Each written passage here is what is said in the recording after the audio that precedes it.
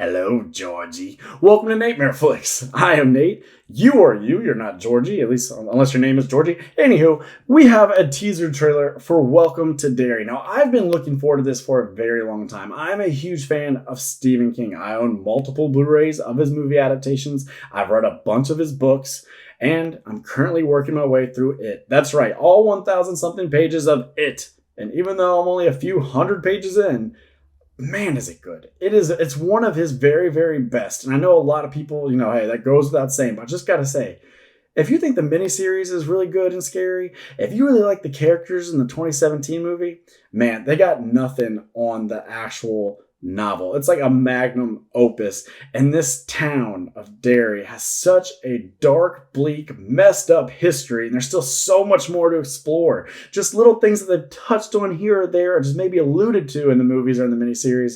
No, we've yet to really fully dive on into the deep end of the pool. So I'm hoping this teaser trailer is going to show that they're going to do exactly that this time around.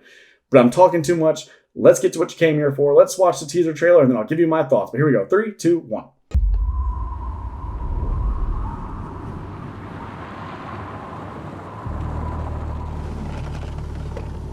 You poor thing.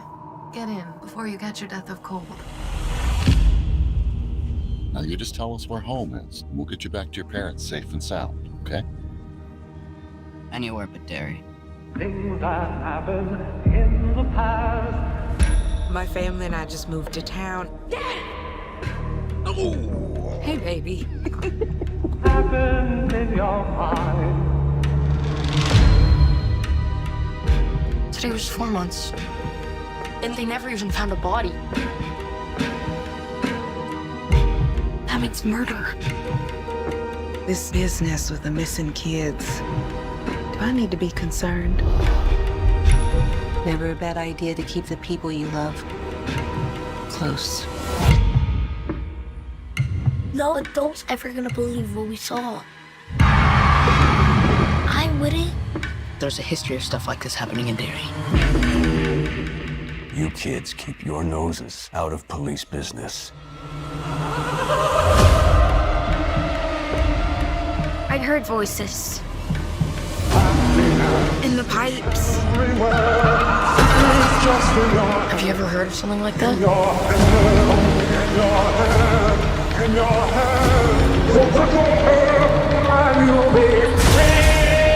There's something bad here in Derry.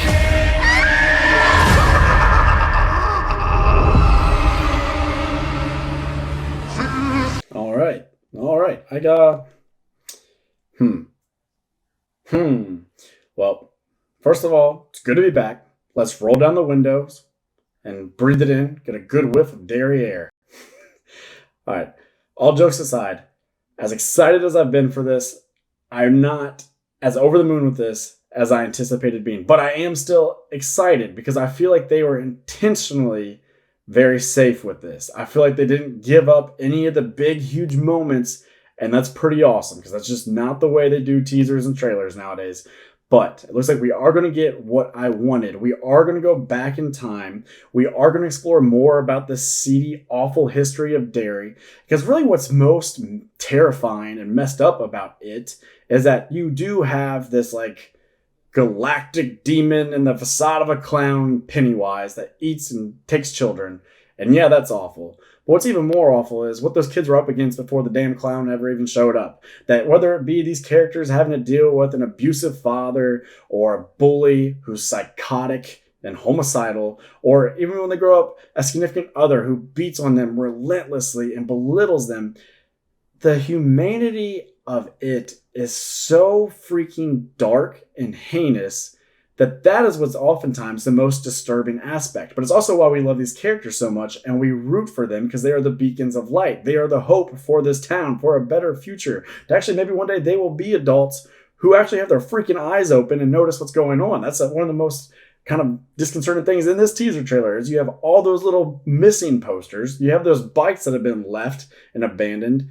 And everyone's just carrying on. Everyone's kind of in a fog because that dark malevolence of Pennywise just kind of putting a haze over everybody. And then if you gotta have Pennywise, then guys, we finally have Maturin the God Turtle. Did you see that sign? Did you see him channeling from the cosmos to be like, take heed, everybody. Evil is coming. Get ready. Save yourselves. That's ultimately the biggest foil to Pennywise, is this like cosmic God Turtle Maturin in the book. So we're actually going places that we've never had the cojones to actually dive in and take on before. And so that's really exciting. And I do applaud them for being so safe here and not being like, look, these are all the best moments. These are all the highest highs. These are all the absolute scariest scares.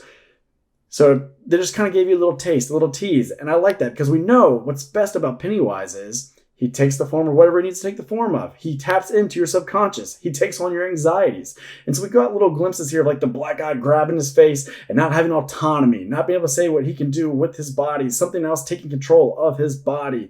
And this is at 1962. So many places to go with that, with the sort of societal tensions in which he is living in.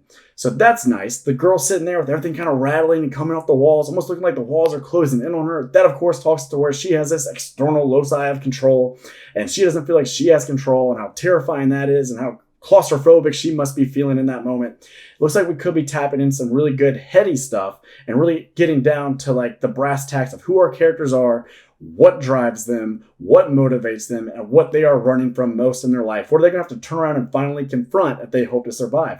And ultimately, because we're going back and we have a new batch of characters, we're not telling the same exact story we've all seen 1,000 times. Maybe not everybody will survive this time around. What if none of these people that we just saw survive? How crazy will that be? And then we can go and do a different season. At that point, can you imagine how high the stakes are? You'll never know if anybody is safe. So we're kind of in uncharted territory here when it comes with this take on it. And that is exciting. Even if this felt kind of minimalistic, I still enjoyed what they did with the set deck. I still enjoyed the costuming. I still enjoyed the way this teaser was cut, and I enjoyed what they did with the music. Put me in the right headspace. I want to dive into this little period piece. I want to see what Pennywise has in store for us now. Now, some of it seems a little samey. Stuff with like, the voices coming up through the pipes, the blood splattering, all that stuff feels like, we've been there. We've done that over and over again. Hopefully Pennywise has some new scares for us that we haven't seen yet. So those are my thoughts on this little teaser. I'm optimistic. I'm not as over the moon as I expected to be, but I think that's because they're being conservative here. And you know what? I'm okay with that. Save the best stuff for this fall when we can actually stream it and watch it on HBO Max. Let me know your thoughts down below. Did you think this was a home run? Are you excited? Are you geeking out? Have you read it? If so, where do you rank it amongst your other Stephen King favorites? Anyways, if you enjoyed this video, please hit like and subscribe so you can see more Nightmare Flicks content in the future. And have yourself a great day. I'm Nate for Nightmare Flicks saying that's a wrap.